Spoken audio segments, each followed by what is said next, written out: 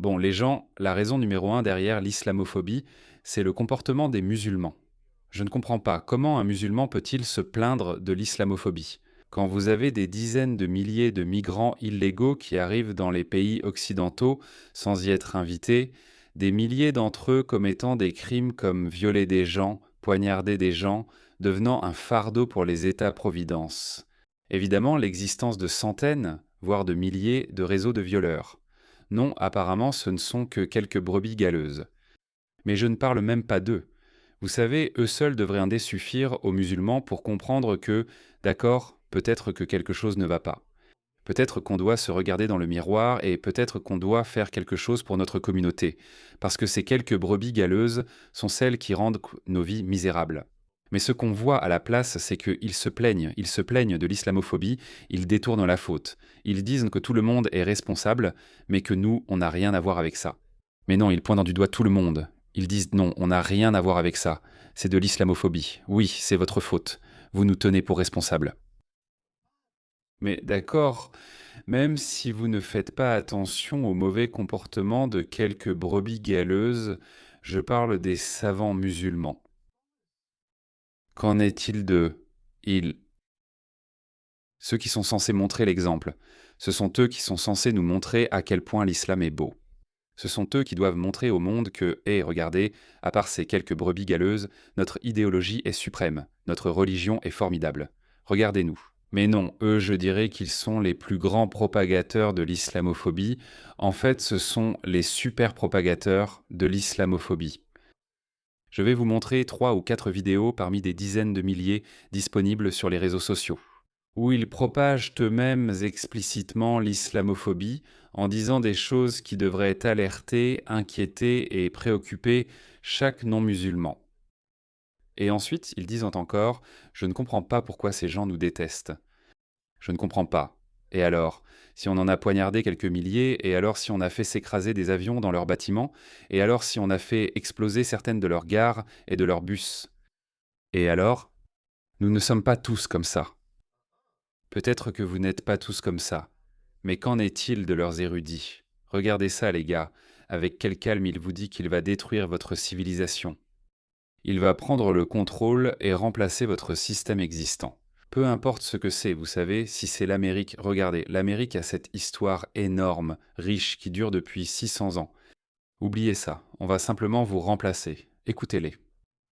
Allah ne se dérobe pas à la vérité. Nous ne prétendons pas que l'islam vise la coexistence avec toutes les religions et que nous pouvons tous être amis. Comment peuvent-ils ne pas être islamophobes juste après cette déclaration? Oui, après cette déclaration. Nous ne sommes pas là pour coexister ni venus en paix. D'accord. D'accord. Vous n'êtes pas venus en paix? Très bien, venez. Alors, battons-nous. Non, non, non. Islamophobie. Quoi? Sérieusement, qu'est-ce qui ne va pas chez eux? Et je ne parle pas des idiots, d'accord? Ils ont beaucoup d'idiots, comme toutes les sociétés, mais sans doute plus que d'autres sociétés intelligentes. Mais il y a soi-disant des gens intelligents comme Mehdi Hassan, comme Hamza Youssouf. Ils disent que l'islamophobie se répand à cause de gens comme Rupert Lowe ou à cause de gens comme Elon Musk. Non, imbécile. Voilà pourquoi. C'est la raison pour laquelle l'islamophobie se répand. Je n'ai pas encore fini. La religion a été envoyée pour dominer le monde. Elle a été envoyée pour être supérieure, pour éteindre la lumière de toute autre religion et pour être supérieure. Éteindre la lumière de toute autre religion. C'est pourquoi nous sommes ici. Je sais que je ris, mais regarde leur arrogance. Regarde, je veux dire, à quel point ils sont sûrs d'eux. Regarde cette fanfaronnade. Ils affichent un peu tout ça, malgré le fait qu'ils ne peuvent même pas conquérir un petit pays comme la Hongrie, un pays occidental ou chrétien comme la Hongrie. La Turquie ne peut pas entrer en Hongrie. Je sais que la Turquie est membre de l'OTAN, mais elle devrait en être expulsée et n'aurait jamais dû y entrer. Mais disons que s'il n'y avait pas l'OTAN, la Turquie ne pourrait même pas prendre la Hongrie parce que tout l'Occident s'abattrait sur elle et la détruirait. Ils n'ont aucun pouvoir. Comme l'a dit Trump, ils n'ont aucune carte en main et pourtant ils se comportent comme ça. Imaginez comment ils se comporteraient s'ils avaient réellement du pouvoir. Nous n'avons pas peur de le dire et nous ne pensons pas que ce soit quelque chose qu'on devrait hésiter à dire. Que cette religion a été envoyée pour dominer, pour éliminer, pour faire disparaître toutes les autres religions, pour les éclipser, pour leur être supérieures, pour que les gens abandonnent toutes les autres religions et acceptent l'islam. Et si cela nécessite de se battre pour y parvenir, alors cela nécessite de se battre pour y parvenir. Le djihad a été légiféré principalement pour que la parole d'Allah soit la plus élevée et celle des non-croyants la plus basse. Comment peut-on ne pas être islamophobe après cela? C'est un abus de langage, car ce n'est pas une phobie. Si quelqu'un vous dit qu'il va détruire votre civilisation, qu'il va détruire tout ce que vous avez toujours chéri et qu'il va le remplacer par son idéologie, c'est-à-dire l'islam. Comment le fait de craindre cela peut-il être une phobie?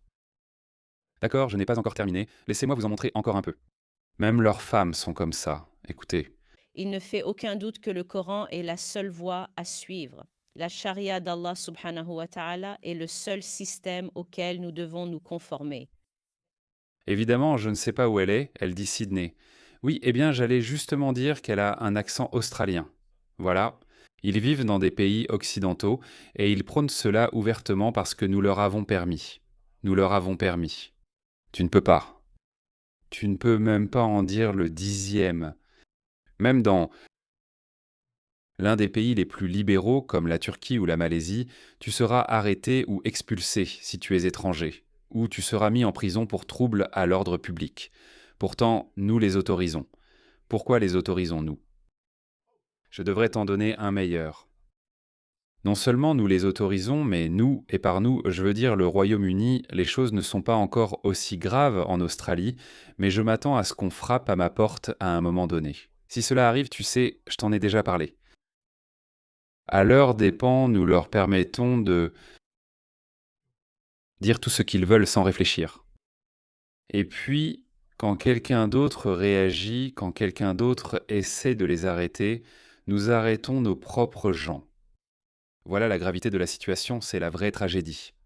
Et est-ce la seule voie possible? La charia d'Allah subhanahu wa ta'ala est le seul système auquel nous devons nous conformer, que nous devons suivre, que nous devons, yani, chercher à établir sur terre.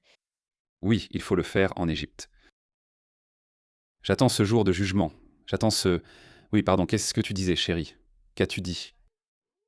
Islam, charia, charia? Okay. Navire. Je les mets dans le navire. C'est un navire. Bam. Allez, partez. C'est ce qui va arriver. J'attends ce jour-là. Cela doit arriver. Notre civilisation ne peut tout simplement pas continuer avec ce genre de cancer qui se propage dans son corps. Ce n'est tout simplement pas possible. Cela n'est jamais arrivé dans l'histoire. Jamais, absolument jamais. Oui, le multiculturalisme, dans une certaine mesure et de façon organique, a existé sous une forme ou une autre. Il existait en Perse. Il existait en Inde, même à Rome dans la Rome antique. Cela s'est produit, mais il y avait toujours une culture dominante qui maintenait tout sous contrôle. C'est la seule fois dans l'histoire où le multiculturalisme a été conçu et introduit artificiellement dans les sociétés occidentales au détriment de la culture du pays. Ça ne peut pas continuer. Ça ne peut tout simplement pas continuer. En ce moment, nous traversons cette phase où on expérimente. On se demande comment faisons-nous, comment pouvons-nous nous réconcilier avec ces différentes cultures. Chaque autre culture a sa propre façon de penser et sa propre façon de vivre. Comment pouvons-nous leur faire de la place? Non. Parce qu'à chaque fois que vous leur faites de la place à vos propres dépens, vous perdez quelque chose et ils gagnent quelque chose. Il doit y avoir un point de bascule. Même quelqu'un comme Piers Morgan qui a toujours dit que l'immigration n'est pas un problème. Mais quand vous lui dites que, eh bien, les musulmans prennent le dessus, il répond non, non, non, il n'y a aucune chance que les musulmans prennent le dessus. Donc si vous pensez cela, vous êtes d'accord qu'il y a quelque chose de problématique si les musulmans prennent le dessus. Quand les musulmans passent de 10% à 30% à 40%, quelque chose de mauvais va arriver. Le reconnaissez-vous? Maintenant, il le reconnaît. C'est la seule chose qui fonctionnerait parce que sans cela, évidemment avec ce qui s'est passé ces 2 dernières années, en voyant ce qui s'est passé à Gaza, il faudrait être aveugle pour penser qu'il existe quelque chose comme le droit international. Le sionisme est au-dessus de toutes les lois. Ces systèmes ont été construits pour servir nos ennemis. Ils ont été conçus pour servir les égaux, la suprématie blanche et les ennemis de l'islam, pas nous. Alors, quitter les pays blancs. Ce qui est en partie vrai, je serais d'accord. Les systèmes occidentaux et le droit international, toutes ces choses ont été créées par les Occidentaux. Et bien sûr, à la lumière de la morale occidentale, si cela dépendait de ces gens, les décapitations seraient la norme. Ils envahiraient chaque pays, ce qu'ils font depuis 1400 ans. Mais à un moment donné, bien sûr, nous n'allons pas l'accepter. Nous n'allons pas, je veux dire, nous allons utiliser cela. Eh bien, en fait, pour être juste, chaque pays occidental se sert du droit international comme d'un bâton pour frapper Israël. Mais ce que le Hamas a fait le 7 octobre, où était le droit international à ce moment-là? Donc, vous savez, le droit international, il peut être appliqué. Ça marche dans les deux sens. On ne peut pas simplement l'appliquer unilatéralement quand ça vous arrange. Donc, encore une fois, ça ne sert à rien d'essayer de plaire à ces gens-là. Il n'y a pas de fin à cela. Vous ne gagnerez jamais. Vous ne pourrez jamais satisfaire ces gens-là parce qu'ils ne se reposeront pas tant que le monde entier n'aura pas succombé à l'islam.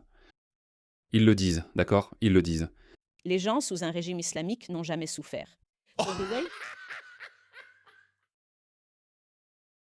Les gens sous un régime islamique n'ont jamais souffert. Par où dois-je commencer? 8 églises incendiées dans la province du Pendjab au Pakistan. Et ça ne date pas, vous savez, d'il y a 20 ans. Cela s'est produit en 2023, d'accord. 2023, le 17 août. Je regardais cela, choqué et horrifié. Regardez ça.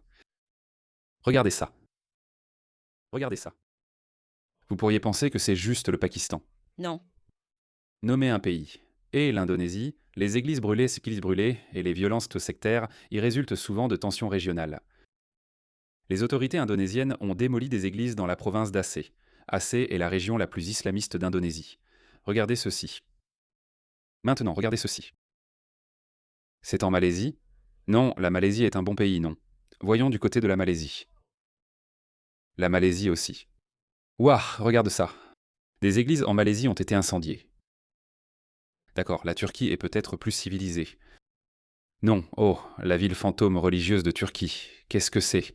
2 morts, 2 blessés après un incendie dans une église catholique arménienne à Istanbul. D'accord?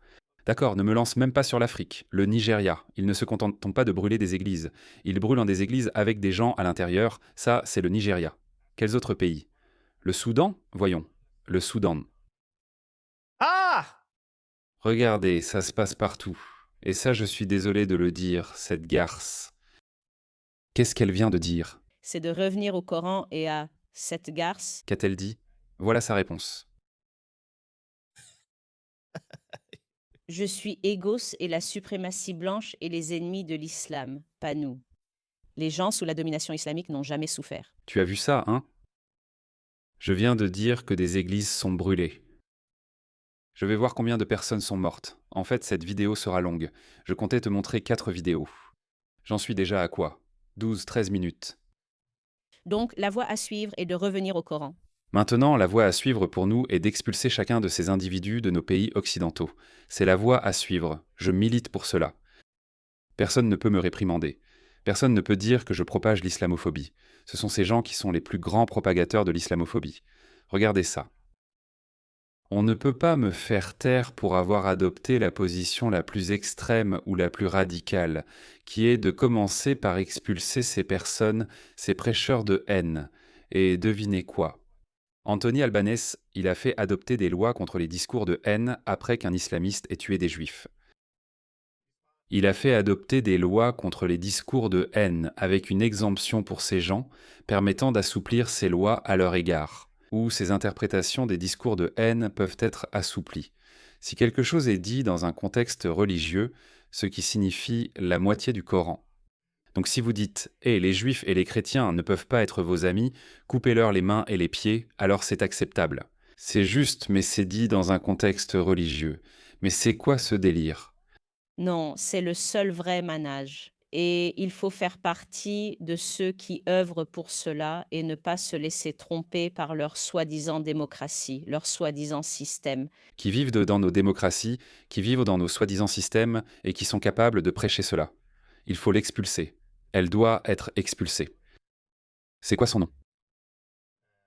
Dalia Ayoub. Laisse-moi la chercher. Donc, cela ne date que de moins d'1 an. En fait, un peu plus d'1 an. Dalia Ayoub, voyons où est cette femme. Waouh! Cette femme est toujours là, elle est toujours là. Elle est toujours en Australie. Elle a une licence en sciences politiques de l'Université d'Auckland et un master en études islamiques. Ça ne veut rien dire. Quel gâchis, tu vois mon point de vue. La principale raison de l'islamophobie, c'est le comportement des musulmans. Ces érudits musulmans, ces demandeurs d'asile illégaux, ces gangs de violeurs. C'est la raison pour laquelle il y a autant d'islamophobie dans le monde. Il n'y a pas d'hindouophobie. Oui, il y a une réaction naturelle face à le déferlement d'une culture étrangère, ce qui est normal. Si tu vois trop de Sikhs au même endroit, tu vas te dire « Qu'est-ce que c'est ? Ça ne ressemble pas à ma ville natale. » Ou tu vois trop de Chinois, tu vois trop de gens, c'était même le cas pour les Grecs et les Italiens, mais personne n'a jamais été aussi alarmé par une autre culture que les gens le sont avec l'islam. Et il y a une raison à cela. Et je viens de te le montrer. Et comme je l'ai dit, il y a littéralement des milliers de ces vidéos, des milliers de ces vidéos. J'allais te montrer 4 vidéos et je n'ai plus de temps parce qu'il y a tellement de conneries. Tenez l'islam à l'écart de vos pays.